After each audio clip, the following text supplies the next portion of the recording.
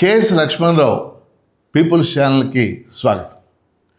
In service ఉపాధ్యాయుల కోసం ఆంధ్రప్రదేశ్ విద్యాశాఖ స్పెషల్ టెట్ నోటిఫికేషన్ని నిన్న వెలువరించింది. ఈ నోటిఫికేషన్ ప్రకారం సెప్టెంబర్ 24 వరకు ఇన్ సర్వీస్ ఉపాధ్యాయులు టెట్ పరీక్షకి అప్లై చేసుకోవచ్చు. అక్టోబర్ 5వ తేదీన వాళ్ళు హాల్ టికెట్స్ డౌన్లోడ్ చేసుకోవచ్చు. అక్టోబర్ 11 నుండి అక్టోబర్ 21 వరకు దాదాపు 11 రోజులు ఈ పరీక్షలు జరగబోతూ ఉన్నాయి. ఈ విధంగా స్పెషల్ టెట్ నోటిఫికేషను విడుదలయ్యింది. ఏమిటి స్పెషల్ టెట్? స్పెషల్ ఏమిటి ఇందులో? ఏమీ లేదు, సేమ్ టు సేమ్. ఇంతకు ముందు ఇచ్చినటువంటి టెట్లో ఏ నియమ నిబంధనలు అయితే ఉన్నాయో, ఎన్ని అర్హత మార్కులు ఉన్నాయో, ఏమి సిలబస్ ఉందో సేమ్ ఈ స్పెషల్ టెట్ నోటిఫికేషన్లో కూడా ఇవ్వటం జరిగింది.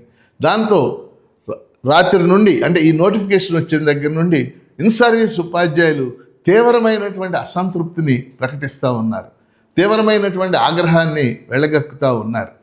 కనుక ఈ స్పెషల్ టెట్ నోటిఫికేషన్ వచ్చినప్పటికి కూడా పాత టెట్లో ఏ నియమ నిబంధనలు అయితే ఉన్నాయో, పాత టెట్లో ఏ రకమైనటువంటి సిలబస్ ఉందో, ఉదాహరణకి పాత టెట్లో మనందరం కూడా అడిగింది ఏమిటి? పాత టెట్లో మ్యాథ్స్, ఫిజికల్ సైన్స్, బయాలజీ ఉపాధ్యాయులు ఆయన టెట్ రాసేటప్పుడు ఆయన మ్యాథ్స్ స్కూల్ అసిస్టెంట్ అయినప్పటికీ మ్యాథ్స్, బయాలజీ, ఫిజికల్ సైన్స్ 3 చదవాలి.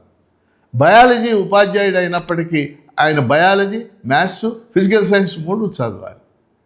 ఇటువంటి విషయాలన్నీ మార్పు చేయాలి స్పెషల్ టెట్లో అని అనేక ఉపాధ్యాయ సంఘాలు కోరి, మన తరఫున కూడా కోరాం.